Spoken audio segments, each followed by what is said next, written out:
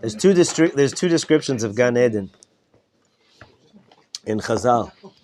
The prophets did not prophesize about the world to come.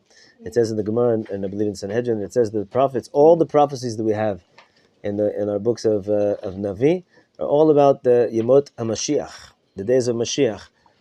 After the days of Mashiach, however long that's going to be, there's different opinions about that.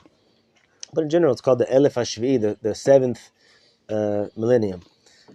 And then after that, it starts a different kufa called Olam Haba, the world to come, which we don't really know so much about it. We should know it's going to be really good, but the prophets didn't tell us any about it. No, it says that no eye saw the world, no prophetic eye saw the world to come. Elokim Zilatecha, except for Hashem. Only Hashem knows what's there.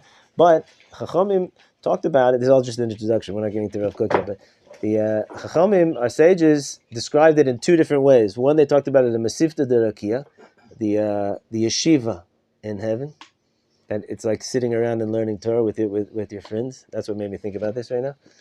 And the second one is a seudah. It's like a seudah. It's like a festive meal, right? Hakol muchan leseudah. It says in Pirkei Avot. So, two experiences that we have in this world, that there's something about them that Chachamim, even though our prophets don't know what the world to come is going to be like, but they give, just to give a little bit of some type of a connection to it. So when you sit around about to learn Torah with your good friends, you can know that this is like a little bit of a drippy drop of a taste of the world to come. Okay, gentlemen, we are going to start the 8th chapter today, Be'ez Hashem. And the title of the chapter is Machovei HaChet, the pain of sin, the suffering, the Yisurei HaTeshuva, and the pain or the suffering of Teshuva, Umapeh He'ata, and its healing. How do you say that? It's heal. In a very simplistic way, that it's healing light, or how it illuminates your life, right? Luminescence. I don't know, something like that. And it sounds like like we're just having fun, and now all of a sudden we're going straight into the heavy stuff. But we'll see that Rav Kook, even though he's describing something that's difficult, but such deep insight into ourselves we're going to receive today, Be'ez Hashem, from the Rav. So let's go in without any further ado. Hamachov shemagishin b'rayon haTeshuva, the pain that a person feels with the idea of Teshuva, right? Remember, Rav Kook we've had this before. The idea of Teshuva, just the thought of it, and then there's the haskama to Teshuva, the agreeing to it, meaning, okay, I'm giving myself over to this process, right? And then there's the actual doing Teshuva, right? Cleaning myself up from whatever I've done, changing my ways, working on my speech, working on my thoughts, working on my actions, working on my relationships with myself, with Hashem, and with others, right? The meat and potatoes, the sweat, the blood, sweat, and tears, so to speak, of Teshuva. But just the first thought of Teshuva brings with it even though we've also seen Rav Kook said that just the first thought of it already brings all the light of Teshuva. It already brings all the healing in a certain sense. It's already a certain level of Teshuva itself just by thinking about it. Hihurei Teshuva, we had a whole chapter. But now Rav Kook is saying something else, but it also comes with a little bit of pain, right? I heard Rav Moshe Weinberger Shlita say many years ago, he said, just the minute that you start talking about Teshuva, so everybody starts getting uncomfortable in their seats. Who wants to hear about it, right? Rabbi Nachman says, don't rebuke other people. When you rebuke other people, it's like you have like a bag of something smelly. As long as nobody's poking around in there, nobody smells anything. But the minute you start poking, you don't even open up the bag. You just start poking it. Things start to get smelly already, and nobody likes it. Nobody likes to be rebuked. Nobody likes telling me that I'm not fine, that I'm not okay, that I have things that I have to do. Thank you. So there's a certain kind of pain that comes with the idea of Teshuva. So Rav Kook goes weiter. He says the following. He says, "Bereshit zichato," and in its first illumination, the first spark of Teshuva, the first thought, right? But what is it really that where does that pain come from, right? I mean, you could say the same thing, even according to Rav Kook, getting in physical shape is also an aspect of tshuva, and that's why a lot of times I bring that as an example. If a person's out of shape and you say to him, okay, this is what you have to do. 3 times a week to the gym, 2 times a week, go walking, running. You got to change the diet a little bit. The minute that you just start thinking about it, it already hurts a little bit, right? I have to change things in my life. I have to make an effort against the natural flow that I'm in, right? It hurts a little bit, the thought of it. Oh, yeah. But why does it hurt, right? In other words, I know I'm going to get something great out of this. It's going to be great, Do this and you'll live longer. Do this and you'll feel better. Do this and your relationships are going to be great. So why should it hurt? It should feel good, right? So we already saw. You guys remember that Rav Kook brings the midrash about how in the beginning when Hashem created the world, the tree was supposed to taste like the fruit, right? But the trees, whatever this means, the trees didn't follow their orders, and just the fruit tastes good, and the tree doesn't have the same taste as the tree, except they say the etrog is maybe different, the exception, but so when Rav Kook explains that, what that means is that the process of bringing fruits in this world is difficult. We don't taste the sweetness in it. We only like the results. We don't like the working for 30 days out of the month. We like getting the paycheck at the end of the month, right? That's the sweetness, right? But in the future, everything is going to go back to how it's supposed to be. That even the process itself will be filled with pleasure, right? Now, the only way that it can be filled with pleasure is by understanding really what we're doing. That's why we have to keep reminding ourselves, right? When you go to the gym and you're working and you feel like your muscles are burning, right? And your back is breaking or whatever. So you have to remind yourself, why am I doing that? Why am I hurting myself again? Right? Oh, that's right. I'm getting in shape. It's going to be great. Eventually, you get into a flow with it, right? And you're not sensitive to the fact that it hurts as much because you have so much buy-in, right? So much commitment to the goal, right? But it still is not the same pleasure. You can't say, if I would tell you, you'll eat pizza and hamburgers and ice cream and you'll get in perfect shape. Or you can go to the gym and work out, 6 days a week. We would for sure choose the pizza. Right? But anyway, let's go back. Why does it hurt? Why does the idea of change and of tshuva? Where's the pain in it? So Rav Kook says something interesting. I'm going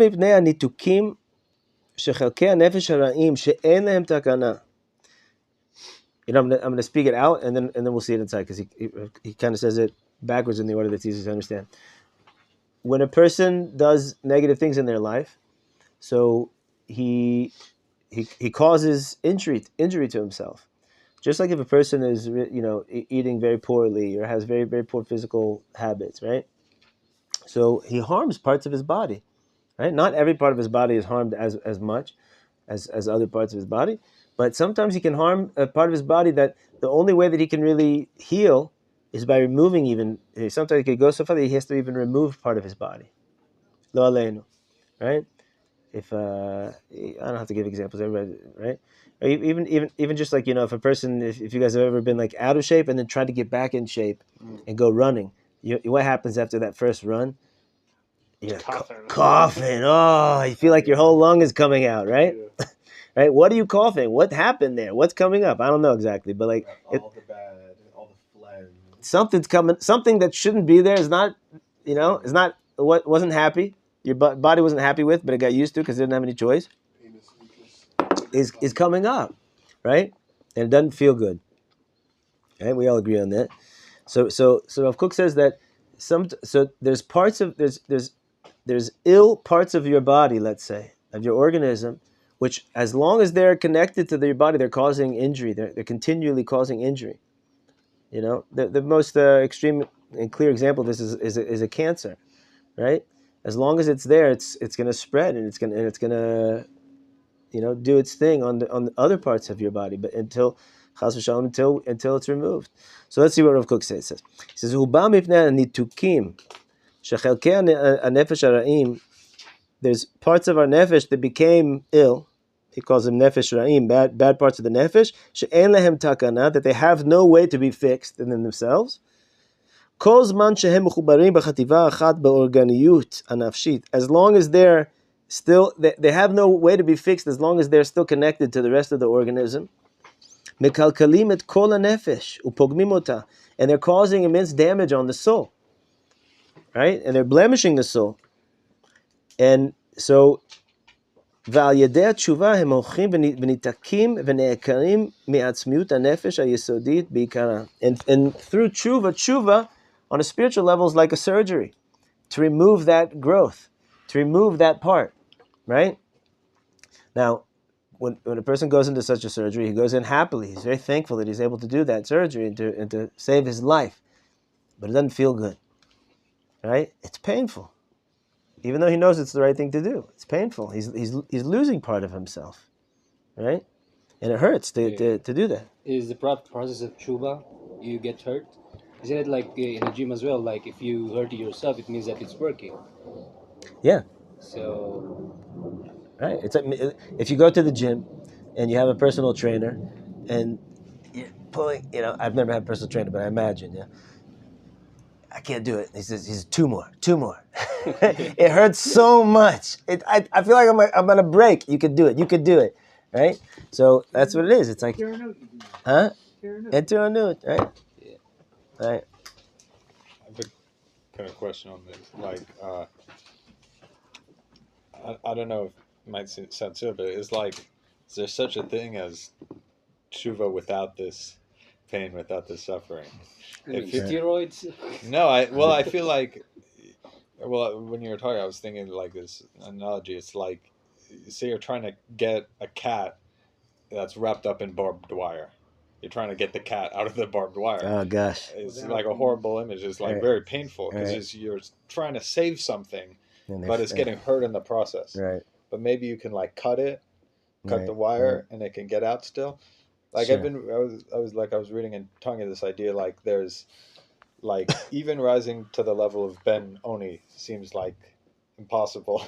It's like the idea to like, what do you mean like that to not sin, to like not even do a single sin, like that's not even the level of like. And then above that is the tzaddik who suffers, which is like you've subdued the Yetzer Hara, but it's still there. So all these levels you're fighting. Right. And then there's like the highest level where you turn the bad into good, and then you're the tzaddik who prospers. So you turn the darkness into light. It seems like it seems easier to me, or that seems like the ideal. Like it's like then all the bad becomes good in your life. But that's a very high level to reach. It seems like what most of us can achieve is only going to be achieved through immense suffering. It's great and a very deep question. But did you feel like you got an answer to your question? Yeah. Okay. I want to talk about that at length, but I think let's do the piece and then I'll come back to it. Right. But the answer is yes, and also no. Okay. So we'll see. But we'll come back to it. If I don't come back to it, remind me. Okay. The kol nituk, just so we can keep remember where we're on Rav Kol. The kol nituk mevi ke'ev. Every time that we cut off a piece, it hurts. Every separation, right, or what they call burning the fat cells, right, or whatever it is, it burns. Ki ke'ev shel akirat evarim, and on a spiritual level, it hurts it just like the pain of taking out, removing a limb from a person's body, a part of their body, hamakul kalim ukritatam mitam refuah, and having to surgically remove them because of medical needs. Right? It's the same. That's what it is. And so just like if I tell you, okay, let's start you on a program, right? So right when you hear program, you already start to get tense, right? So too, right when we have that first idea of tshuva, so it's like, oh gosh, another Chodesh Elul in Tishrei. I don't know if I can do it again. I mean, I know I can get into it once I'm there, but like do it again, right? Or like with Pesach cleaning, it's the same thing. Every year with Pesach cleaning, I feel that Yetzer says, oh gosh, you're gonna turn the whole house up over again, right? A whole 2-week process before a week process. It's like right. It takes forever. That's the built-in thing of tshuva. Notwithstanding your question, ve'elu hema yisuim yoter pnimim, and these are really the most inner, the most inner type of essential pain that we experience. Shal yadam u'behem adam yotzei lecherut. That through them and in them, a person comes to freedom. Me'avdut. Achashucha shel chata'av u'netiotav hashvalot v'totzoteim amarot. From the very dark and bitter slavery that he has from sin and from the inclinations of sin, right? Because you guys know that everything is, what do you call it? Inertia, momentum. Whichever way you start going, so then the ball starts rolling that way. So the more we feed the Yetzer, and the more we do things, so the bigger he gets, right? That like the Gemara says about specifically about sexual lust. And it says that that a person has a small limb. It says, and it's like a dog. It says in the Gemara, you've heard this before. The more you feed it, the more hungry it is, and the more you starve it, the more satisfied it is. Right? Meaning whatever. It works in a certain way that, the more you give to certain things, the more you enhance them. Right? On a neurological level, the more that a person follows a certain path of thinking at a certain time, so he makes neural pathways in his brain to become very, very solid and very, very quick. Right? What do they say? Neurons that fire together, wire together. Right? So an analogy that I heard about that once from famous neuroscientists is that it's kind of like skiing. If anybody that's been skiing before, so if there's fresh powder snow, so everybody loves the powder snow because you can go wherever you want. Right? It's like the mountain's yours. There's no paths. It's all just like snow everywhere. But then after a few days, there hasn't been snow and there's been lots of skiers. So the paths get carved out into the ice. And even if you want to go somewhere else, you can't because your skis just naturally go down that path. Right? And so it's the same thing. Our neural pathways, they just get built in. They're automatic. Right? So it's the same thing on a spiritual level, right? With our Yetzer. So when we were, that's why Rav Kook calls it it's like slavery. Where it's like slavery to sin. When we had that part in us that we haven't done tshuva over, it's like this dark slavery of sin and all of its nitiot, all its inclinations, hashvalot, is low base inclinations, v'totzoteim amarot, and the bitter outcomes of what that causes in our life, right? Like some people that that they're stuck in a certain way, and they're like at a certain point, like they can't even tell if they like it or if they don't like it. They're just so used to it. This is the life that I live, right? Right. This is a lot of times with addictions. This is something that's a very common experience, right? I don't even know why I'm doing it anymore. That's just who I am already, right? So, and that Rav Kook calls slavery. So the pain that we experience in tshuva, he says it's through that, and it's because of that pain that we are drawn out from that slavery. That's our drawing out from a slave. That's our ticket out. That's the actual what did we say, manganon? Harmony. No, Rhythm. Function. All right, we had where's what's his name from? Usually, all right, Shmuel usually gives us a good manganon. Okay. A piece of machinery that it works in a certain way, right? Apparatus, maybe, right? That's a good one. Right? That's what takes us out of that slavery. It has to come through that pain. And now Rav Kook says something interesting. You guys know the how it works with a slave, an actual slave in law, in Jewish law. That if he's working for you and in his work his eye gets taken out, chas v'shalom, or his tooth, he gets his tooth is taken out, right, from an accident or whatever, he comes free. Right? He comes free. So it says that he comes free. So it says, so also we come free through the uprooting of one of our organs or a piece of us, that aspect of our neshama, of our nefesh. And then he finishes, he says, Ashrei hagever asher tiyasrenu ya umitoratcha tilamdenu. The pasuk says, happy is the person who Hashem afflicts. Right? And this we learn from our Torah. And the Gemara says, Al tikri tilamdenu, don't read it tilamdenu, ela tilamadenu. Devar zeh mitoratcha limadetanu. We learn this from our Torah right? It's not saying learn this from the Torah. It's saying that we learn this from the Torah. That just like the slave comes out, so too we come out, right? So it sounds like what Rav Kook is saying is that there's no way to really come out of that slavery except through the pain. Yeah. Right. That's the way. This slave is not going to come out unless he loses an eye or a tooth, and we're not going to come out unless we feel the pain, the sweat, the toil of the tshuva. So it's true if we're on the level of slavery, right?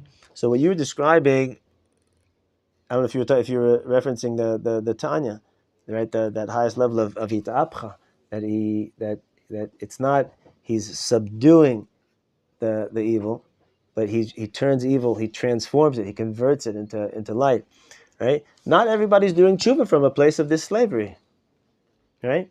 Not everybody's a slave.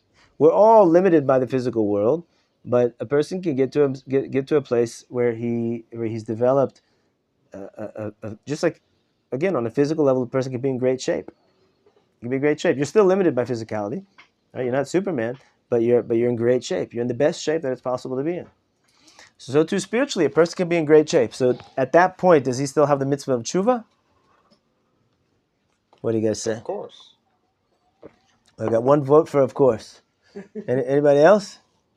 What's the question again? Person has already developed himself spiritually. He's cleaned himself up so well for so long that now he's clean. He's what we would call a tzaddik. You're always doing tshuva. Right? You're always doing tshuva. It sounds like everybody agrees. Non-stop. So what's he doing tshuva about? What's he doing tshuva over? He's getting closer. Even that little bit part of him, which is not refined to the highest level, he's refining. He's all right. Even fine-tuning refinement. Right? And what if he's what's called a tzaddik gamur? Impossible. Huh? Improbable. We have such a concept though. It says in the Gemara that I think it says it about two people in the Gemara. I believe. I think Nachum Ish Gamzu it says about. There's a tzaddik gamur ata. His Talmidim called him a tzaddik gamur and he didn't deny it. Right? I can't remember who else it says. Right? But we do have such a concept of a complete tzaddik. Tzaddik is sod olam. They maximize the good they can do. And there's like no more evil to get rid of. They try and maximize the good, take bigger steps. And Yeah, all these are good answers. Another aspect is that he's doing tshuva not just for himself, but he's doing tshuva for the generation. He's doing tshuva for Am Yisrael, right? As I'm connected, that's why the Arizal says when we say vidui, right? Ashamnu, bagadnu, right? We say it in lashon rabim. We say it in plural. We have sinned. We have stolen. We have done this. So he says. So the Arizal says, what about a tzaddik who didn't sin? Who's he talking about? He also has a mitzvah to do that on Yom Kippur, the Fachot. Right? And the Arizal says the person should do it every night, right, before he go to sleep. He's doing it. That's why it's in plural, because he's doing it for everybody else also. He's connected with all of Am Yisrael, right? And our levels are also dependent on everybody else in Am Yisrael. That's That's another concept. Why is Am Yisrael also people in Galut including? Say again? Also Jewish in Galut including everybody? Sure. Everybody. Even the Jew that doesn't know he's a Jew. Right? And so, and on top of that, there's another aspect where a tzaddik gamur is also always doing tshuva, and like this is like what you guys were talking about. We call it positive tshuva. He's not doing tshuva to release himself from some type of sin, right? He's doing tshuva just I'm already so close, and I just want to be closer because Hashem, you're Ein Sof. Hashem is infinite, and therefore my closeness to Him there's no limit to how close I can be and how, right? So it's positive tshuva, tshuva me'ava, right? Hey, just wanted to clarify, like a certain sin, and he's doing tshuva on that particular sin, and then he's doing it all over again, or not. He's not doing. Meaning tshuva, and this is something we learned in Rav Kook. Tshuva is not only on sins. Right? Tshuva is to return to Hashem. Right? I'm in this world, so I'm separated on some level from Hashem. And even though I don't have any necessarily sins, my whole file is totally clean. I've cleaned it all up. Halavai Bezat Hashem. I bless all of you. Right? But now I've done all that. Now and I still want to be closer to you. I want to do more. Right? I've helped 10,000 Jews in my life. Right? I want to help 20,000 Jews. Right? I single-handedly have brought this much Am Yisrael this much closer to the redemption. I want to bring us all the way to the redemption. Right? meaning it's my tshuva at that point is not from a place of I'm enslaved to this cancerous part of my my nefesh that has been caused from misuse, right? I'm doing it for a totally different place. In that place, it's not. I don't believe it has to be from in pain, right? I have one more question. That makes sense, everybody? Yeah. I'm just a little behind. I'm a little confused on something. That's where I am too. So we're together. Clarify. So the person who is like, let's use an example, like physically fit, they're in a good state physically, it's still like a mitzvah to go to the gym. You know, they got to maintain that. They got to get even stronger. Right. Now, the person who like is not in good shape is who we would consider like a slave. They're like a slave to their lack of physicality, or like physical fitness, physical prowess. So, I'm just having trouble understanding. Is it easier to do tshuva for that person? It's harder if you're a slave to the sin or the Yetzer Hara. Because like there's an example like in Torah, there's a person who chooses to be a slave and they poke their ear through the door with the awl. Right. So like, on what level? You're saying is it easier for the one that's out of shape, or the one that's in shape? It's harder for the person who's out of shape, right? Right. Yeah. Sure. You know, it kind of reminds me of. I remember reading a book about. There's all these books about people who, the different cultures of the world that have particularly long life. That they right, they have a high amount. Anyway, they bring all these accounts of different people, especially back in like the 60s and 70s. They were going around to these different societies around the world, and like trying to figure out what their secrets were. And there's an area in somewhere, maybe I'm not sure, somewhere in Russia called Abkhazia, and it's a famous place where people live into their hundreds easily, and so there was this really physically fit doctor who was did a research, and he went there, I forget his name, and he wanted to see what their life was like, and every morning they go toivel in the freezing cold river, but they live like on a mountain, so they have to like walk all the way down the mountain, and then Walk back. and he was like, I think this doctor was like in his 60s or something, or maybe even younger. I think 50s, 60s. He was really like fit, like and these guys were like in their 80s and 90s that he was hanging out with, and he said he couldn't keep up with them. They're barefoot, flying down the mountain, and he's like running, and by the time he like got down there, they were already out of the river. And he said to get back up, forget about it. He couldn't, and they just walked with such ease. Now, does that mean that their muscles were not exerting, when they're climbing the mountain? No, they didn't feel like exert. It didn't feel like it's like a little kid after you walk, a little bit down the street. Your kid says, "Hold me, hold me." I'm too tired. I can't do it anymore. Wait, it's just walking down the street. For him, it's like up and down the mountain in Abkhazia, right? For you, your muscles, you don't experience it. You are exerting, you're working, but you don't experience it as pain. You know what I mean? Because it's just like... Yeah. It's like the skiing metaphors. Like you want to create a good groove that gets you down the mountain smoothly. And once like those guys who've been going up and down it, it's easier for them. So we can do maybe the same thing with HaTeshuva B'ezras Hashem. But I have a question. Like, you get into this natural. You get into its natural flow. I call it a lot of times when I speak with couples. Also, it's a forward feeding cycle, like a positive self feeding cycle where you're flowing with goodness. You're not always in this battle with your yetzer. You're your yetzer, and your yetzer, and you know where he lurks, and you know where he's but you're not in this crouched down in the Vietnamese jungle. It's like you're flowing with the Kadosh Baruch Hu, and Larov it's good. Yeah. But like, is there such a thing as a person who's just like their ear has been nailed to the door with their slavery to the Yetzer Hara, and like that they can't, they're so deep in a groove that they can't even in this lifetime get out of it. Like unredeemable. Well, like the people who were slaves in Mitzrayim, that generation wasn't able to enter the land because they entered that slavery mentality. They're in their minds, they were stuck as slaves. And so does such a person like maybe need to go through another Gilgul, or Yeah, is it that's there's a just good such good thing? question. You guys hear that question? Is it huh? No. Is there someone that is just too far gone in his slavery that he's unredeemable, basically? I Um, don't think so. so, and even before that generation, in Mitzrayim, one midrash says 80% of the Jews didn't come out because they didn't have the stuff to believe.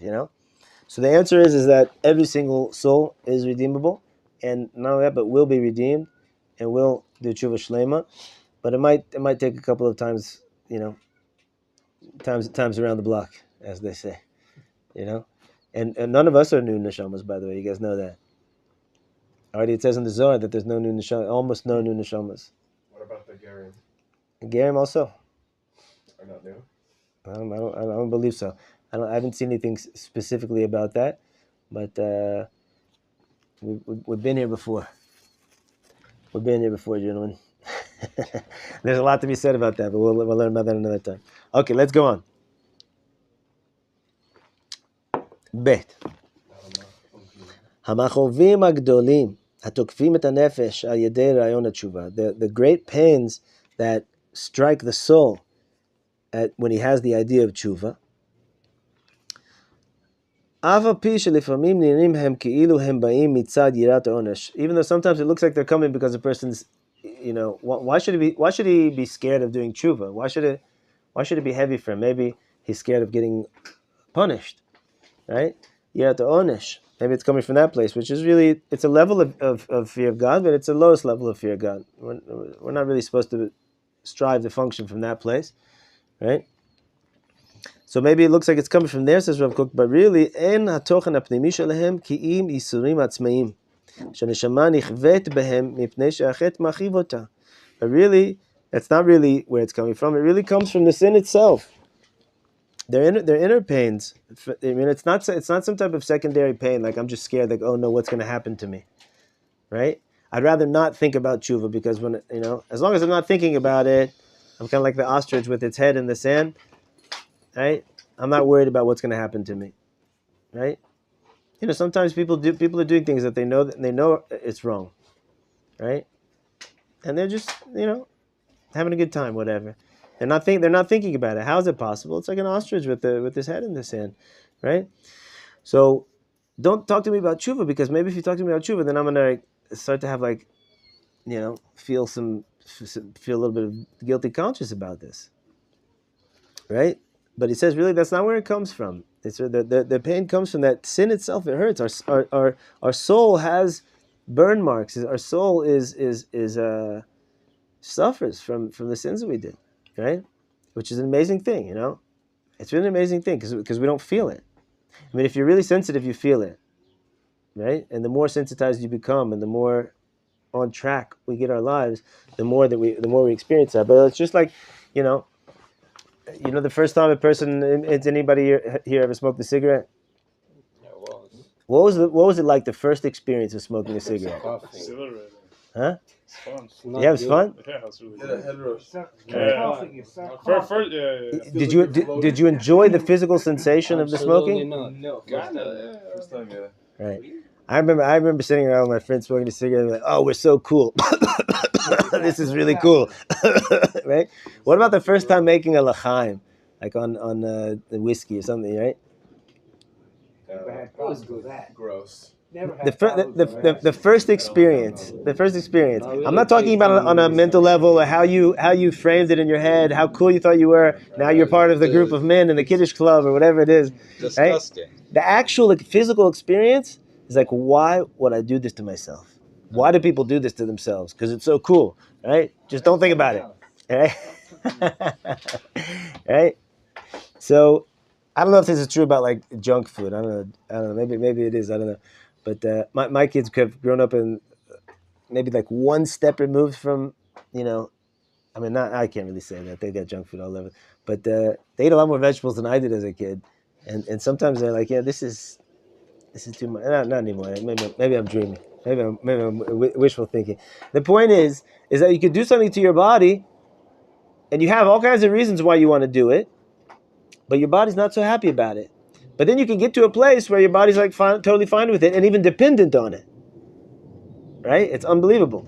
And each time you put a cigarette, right? Forgive me, any smokers here. I'm not trying to pick on anybody, but each time a person smokes a cigarette, he's causing damage to his body, right? Micha didn't create that. That's not my chiddush. But he doesn't feel it. And as a matter of fact, he feels like, wow, that was a huge relief at this point. But the first time he did it, his body was like, stop, right? So it's amazing. Same thing with sin. So the soul is hurting because of the sins that we're holding on to, right? And that's where the pain is. It says, sin hurts the soul because sin is really against all the conditions of the soul's life. It goes against all the principles, so to speak, of the soul. And therefore, this pain of tshuva is actually, it's like scouring, it's polishing, it's right. Pesach cleaning. I don't know if anybody did some like real hard Pesach cleaning this year, but I got the job of scrubbing all the black marks off of the pan, the frying pan, and it's like black marks that like you feel like I've been there since Sheshis Yimei Bereshis. It came with the pan when you got it. This we did not put on. There's no way, it's impossible. But if you do this motion 700 times, eventually you start to see a little bit of the metal underneath the black. Another 700 times, and you're almost there, right? It's unbelievable. So it's through that process that you start to remove all these external things, and you actually get to be a pure you, right? So I mean, the pan is not suffering from all that black stuff, whatever. And the person who recognizes with a very, very clear recognition, understanding, this great treasure, which is that comes with this pain, the actual sweat, right? Like your personal trainer in the gym, and he's giving you a pep talk. He says, "You have no idea. This is so good for you. This is gewaldic. You're doing great. That's exactly how you're supposed to feel. Yes, you're getting somewhere, right?" So if we understood what kind of treasure was in this actual suffering, so then we would accept them with absolute love, right? Just like once you've, like Rav Kook said before, we said the haskama to tshuva, the agreement to the process, right? Or I agree, I sign up, I buy in, I want to be in shape at whatever cost. I'm going to work as hard as it takes, right? So you come to love the sweat, right? You appreciate it. You understand what you're doing, right? Doesn't mean that it feels as good as an ice cream or whatever, but you understand what you're doing and you love it, you cherish it, right? V'da'ato mityashevet b'hem. And not only that, but it gives you yishuv da'at. It calms your stormy and uncentered mind, and it gives you peace of mind. Ubezeu lehu b'ma'alot abot. And this causes him to elevate. That peace of mind that he has, it elevates it in many different ways. And his learning, he remembers his learning. The Torah goes in more smoothly, and it stays there more smoothly. More. I don't know the word. Right? It stays. And his inner character starts to become perfected, refined.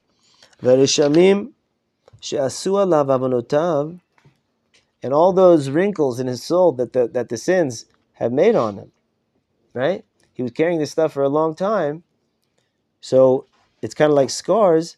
They become nimchakim. They become erased.